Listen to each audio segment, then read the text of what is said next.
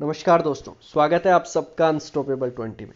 अगर आप तैयारी कर रहे हैं रेलवे, एसएससी, बैंक या ऐसा कोई भी एग्जाम जहां पे रीजनिंग का वेटेज है, तो मैं हर रोज आपके लिए टॉपिक वाइज वीडियोस है वो लेके आता हूं। जैसा कि आप सबको पता है, हमारा टॉपिक चल रहा है कैलेंडर, जिसमें आज हम टाइप नंबर पढ़ेंगे 5, repetition of A calendar years, यानी कि कैलेंडर वर्षों का दोहराव, यानी कि उनका पुनः प्रयोग हम कब कर सकते हैं, इसके बारे में बात करेंगे।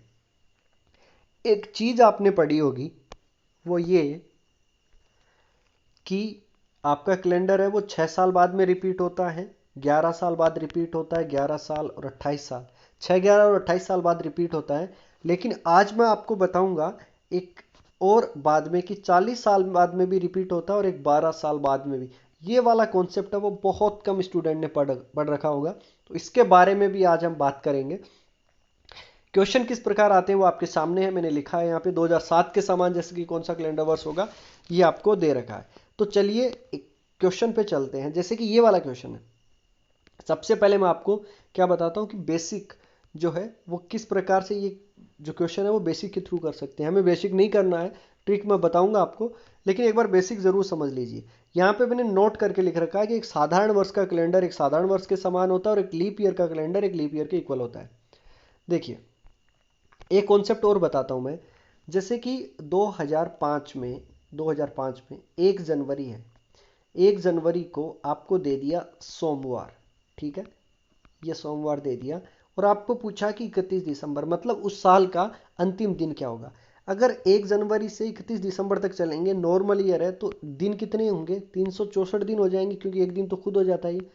उसको 7 से डिवाइड करोगे, रिमाइंडर कितना आएगा, जीरो, जीरो जोड़ दोगे तो मतलब सोमवार का सोमवार ही रहेगा।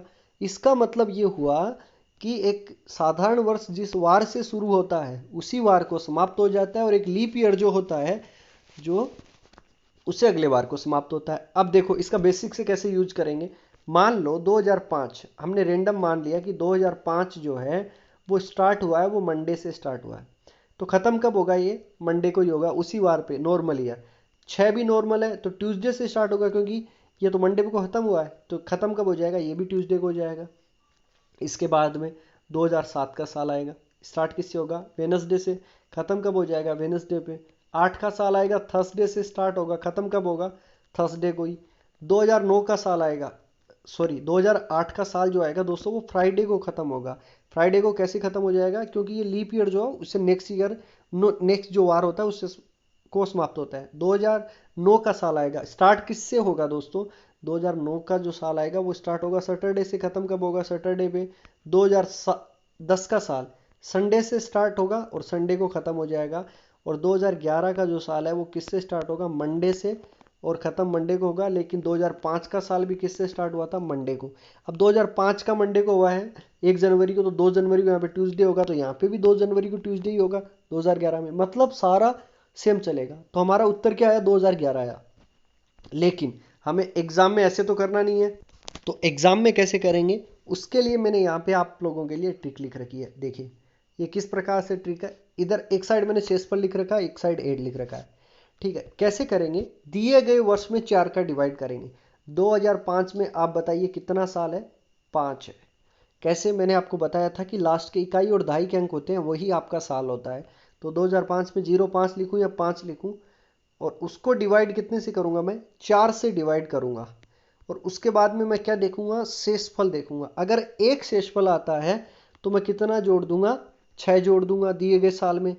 अगर 2 आता है तो 11 जोड़ूंगा, 3 आता है तो भी 11 ही जोड़ना, और 4 आता है तो 28। ये इस प्रकार होगा। तो दीजिए 2005 में साल कितना हुआ, 5, 5 में डिवाइड किया 4 का, शेषफल कितना आया, 1। अगर एक शेषफल आता है तो कितना जोड़ेंगे भाई, 6 जोड़ देंगे। 6 किस में जोड़ेंगे, 2005 में। 2005 में अगर आपने 6 जोड़ा तो कितना हो जाएगा, 2011, और यही आपका आंसर हो जाएगा। विद इन सेकेंड आपका हो गया। लेकिन कॉन्सेप्ट आगे होंगे 40 और 12 वाले, तो वीडियो आपको कंप्लीट देखना पड़ेगा, लास्ट में वही क्वेश्चन होंगे, ठीक है। चलिए अब आपकी प्रैक्टिस के लिए लेते हैं दूसरा क्वेश्चन। जैसे कि क्वेश्चन है 1924 का कैलेंडर जो है दोस्तों, वो किस वर्ष के समान होगा। 1924 में साल कितना है भाई, 24, डिवाइड दिया कितने का, 4 का, रिमाइंडर कितना आता है, 0। अगर 0 रिमाइंडर आता है, आपको स्क्रीनशॉट आपने ले लिया होगा, तो कितना जोड़ते हैं, 28 जोड़ते हैं। 28 किस में जोड़ोगे, 1924 में। 1924 में अगर 28 जोड़ दोगे तो कितना आ जाएगा, 1952 आ जाएगा। 1952 में क्या हो जाएगा, रिपीट हो जाएगा। कोई दिक्कत नहीं है। चलो फिर चलिए नेक्स्ट क्वेश्चन पे चलते हैं हम। और नेक्स्ट क्वेश्चन है 2012 का कैलेंडर किस वर्ष के समान होगा। साल कितना है यहाँ पे, 12, डिवाइड कितने का, 4 का, रिमाइंडर कितना, 0। 0 रिमाइंडर है तो वापस कितने जोड़ेंगे, 28 हम जोड़ देंगे। और 2012 में अगर 28 जोड़ दोगे तो कितना हो जाएगा, 2040। 2040 राइट आंसर हो जाएगा। चलिए नेक्स्ट क्वेश्चन पे चलते हैं। जैसे कि ये वाला क्वेश्चन है, 1902 का कैलेंडर आपको पूछा है। 1902 का यहाँ पे पूछा है। अब 1902 में साल कितना है, 02 या 2 लिख दूं। इसमें मैं 4 का डिवाइड करूंगा। अब एक बात बताओ, क्या 2 में भाग जाएगा क्या, नहीं। तो शेषफल यहाँ पे कितना बचेगा भाई, यहाँ पे शेषफल 2 ही बचेगा, क्योंकि भाग तो जाएगा नहीं। और 2 शेषफल आता है तो कितना जोड़ते हैं, 11। 11 किस में जोड़ेंगे, 1902 में। 1902 में अगर 11 जोड़ देंगे तो कितना आ जाएगा, 1913। 1913 जो है वो राइट आंसर हो जाएगा। चलिए अब हम चलते हैं उस कॉन्सेप्ट की तरफ जो आपको सीखना है। और कॉन्सेप्ट है वो इस प्रकार है, देखिए 1897 का कैलेंडर किस वर्ष के समान होगा, ये आपको पूछा है। 97 का। अब 97 में मैं डिवाइड कितने का करूंगा, 4 का। 4 का डिवाइड करूंगा तो शेषफल कितना आएगा, 1। अगर 1 आता है तो कितना जोड़ते हैं, 6 जोड़ते हैं। तो 6 जोड़ोगे तो कितना बन जाएगा, 1903। अगर 1903 कर दिया तो क्या हो जाएगा, गलत। देखो ये बात मैंने जरूर कही है कि नॉर्मल का नॉर्मल के इक्वल होता है। यहाँ पे भी नॉर्मल था, यहाँ पे भी नॉर्मल था, लेकिन ये क्यों नहीं हुआ, देखिए ये इसलिए नहीं हुआ कि देखिए 1896 जो था वो कौन सा था, नॉर्मल ईयर था। फिर 1900, क्योंकि हर 4 साल बाद में आपका जो है एक लीप ईयर है वो आता है। लेकिन 1900 जो आया ना दोस्तों, 1900 जो आया वो लीप ईयर था ही नहीं, ये नॉर्मल था। क्यों, 400 का डिवाइड करते हैं और 400 का डिवाइड जाएगा नहीं यहाँ पे। उसके बाद में कब आएगा, 1904 में।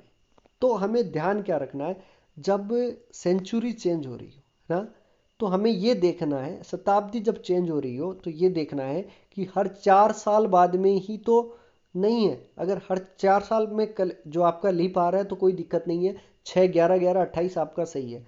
लेकिन यहाँ पे जो है ऐसा नहीं है, क्योंकि 1900 जो है वो लीप नहीं आता है। और ऐसी सिचुएशन में अगर नॉर्मल आपका ईयर है तो 1997 जो आपको दे रहा है, 97 अगर आपको दे रखा है तो 97 जो है नॉर्मल है। तो इसको जो कैलेंडर रिपीट होगा वो कितने साल बाद होगा, 12 साल बाद।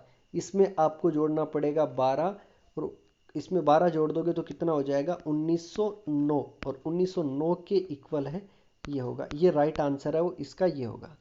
चलिए नेक्स्ट क्वेश्चन पे चलते हैं। नेक्स्ट क्वेश्चन है 1872 का कैलेंडर किस वर्ष के समान होगा। मैंने क्या बताया, नॉर्मल का नॉर्मल के इक्वल और लीप का लीप के इक्वल। अब 1872 में साल कितना है, 72। 4 का डिवाइड दिया, रिमाइंडर कितना बचा, 0। अगर 0 रिमाइंडर बचा है तो कितना जोड़ते हैं, 28 जोड़ते हैं। अगर 72 में 28 जोड़ दोगे तो क्या बनेगा, 1900। और 1900 अगर आपने किया तो गलत होगा। क्यों, क्योंकि ये तो आपका लीप ईयर है और ये 1900 क्या है, नॉर्मल ईयर है। तो लीप और नॉर्मल तो इक्वल कैसे हो सकते हैं। तो ऐसी अगर कंडीशन बन जाए, ऐसी अगर कंडीशन बन जाए तो वहां पे कब होगा, 40 साल बाद रिपीट होगा।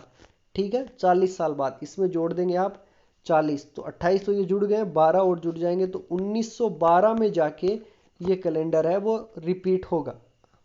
तो उम्मीद करता हूं कि ये आपको जो कॉन्सेप्ट है वो समझ आ गया होगा कि कब 12 जोड़ने और कब 28। एक बार और बता देता हूं, नॉर्मल अगर आता है, नॉर्मल जहां पे जो आपका लीप ईयर है वो नहीं आता है 4 साल में, तब 12 जोड़ना है। और ऐसी कंडीशन बन जाए, जब 72 में मैंने 28 जोड़े तो 1900 बना, 1900 में ये आपका जो है नॉर्मल आ गया, तो उस दशा में कितनी जोड़ने, उस कंडीशन में 40 जोड़ने। यही कॉन्सेप्ट है 40 और 12 का, ये भी आपको माइंड में है वो रखना है। सो मिलते हैं नेक्स्ट वीडियो में। और लास्ट वाला पार्ट रहेगा, एक और छठा पार्ट कैलेंडर है वो खत्म हो जाएगा, मिसलेनियस क्वेश्चन के का पार्ट है वो रहेगा। सो आपने अगर अभी तक पूरा देखा है वीडियो तो लाइक करके जाइएगा और अपने दोस्तों तक जरूर शेयर कीजिएगा। सो मिलते हैं नेक्स्ट वीडियो में, तब तक अपना ख्याल रखें, सुरक्षित रहें। जय हिंद, जय भारत।